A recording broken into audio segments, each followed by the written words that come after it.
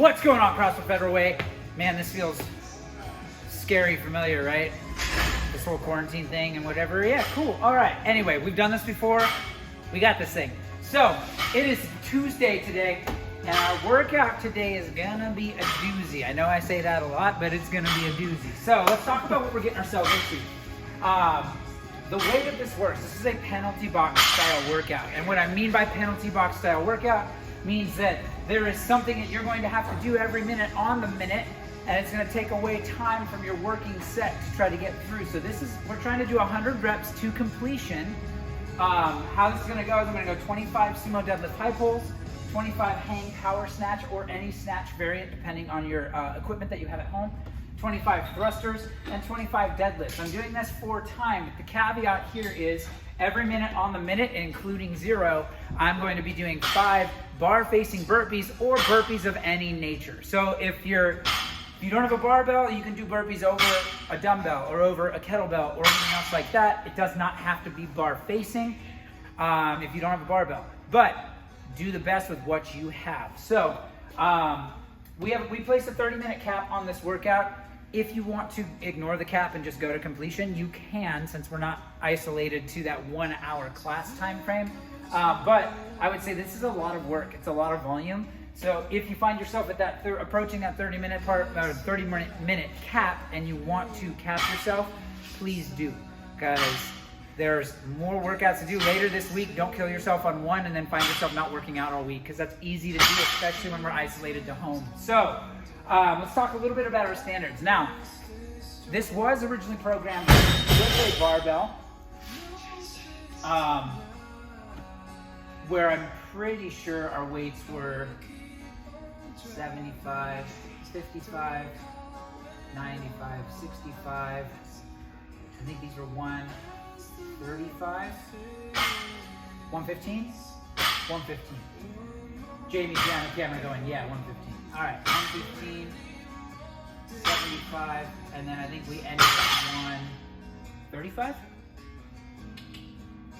135, 95. So not overly heavy. But again, while these might seem deceptive, you're like, that's not that hard.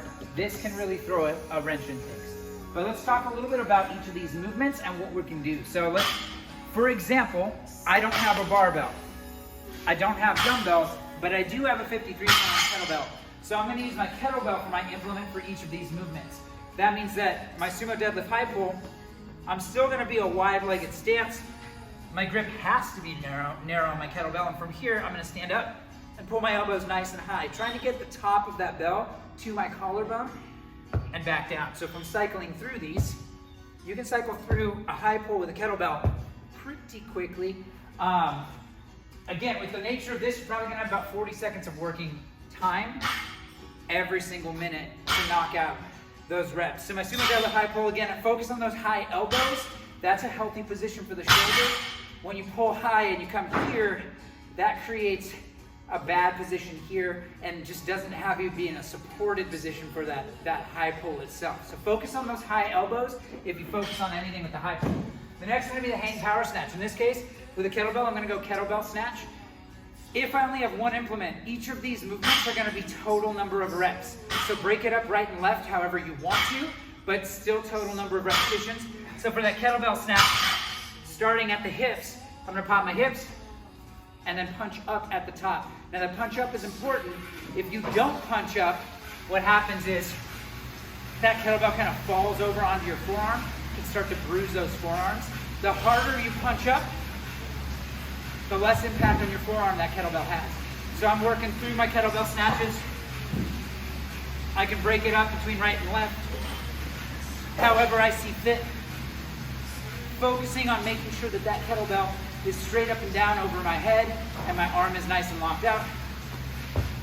The next thing from there is going to be our thrusters. Now, a one-arm thruster with a kettlebell seems awkward, but if you get into that front rack position and focus on your squat deck and then just jump it off your shoulder up at the top, totally still a thruster. And again, switching between right and left, total number of repetitions there. And then the last thing being a deadlift. Now if I had 2, I could do 2 kettlebells for my deadlift. In this case, I'm gonna bring my feet to about hip width distance and treat this more like a stiff-legged deadlift, because that's gonna impact the posterior chain a little more. The biggest difference on a stiff-legged deadlift is I'm trying to bend my knees as little as possible while still hinging forward at my hips. So standing all the way up, but keeping as little bend in my knees as I can while still keeping my back nice and flat.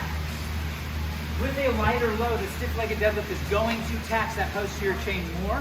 So even if that doesn't feel heavy, don't be deceived. Those repetitions can lead to a lot of tenderness in the posterior chain the next day.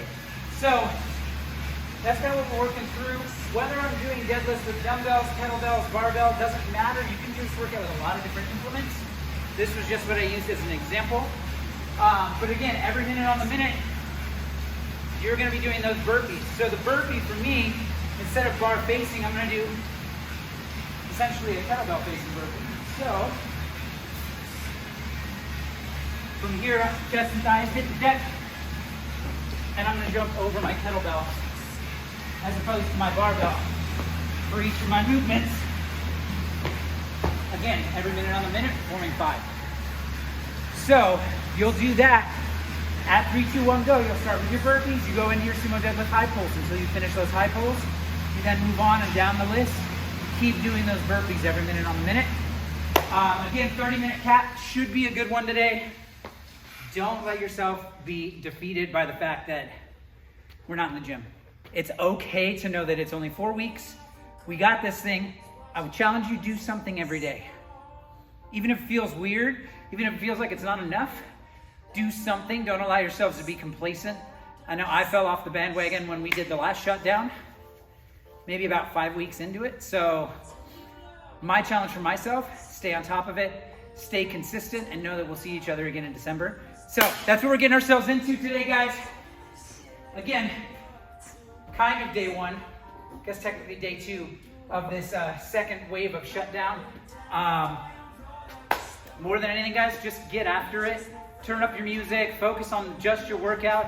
Don't think about all the other things going on in the world right now. Yeah, let's get to it.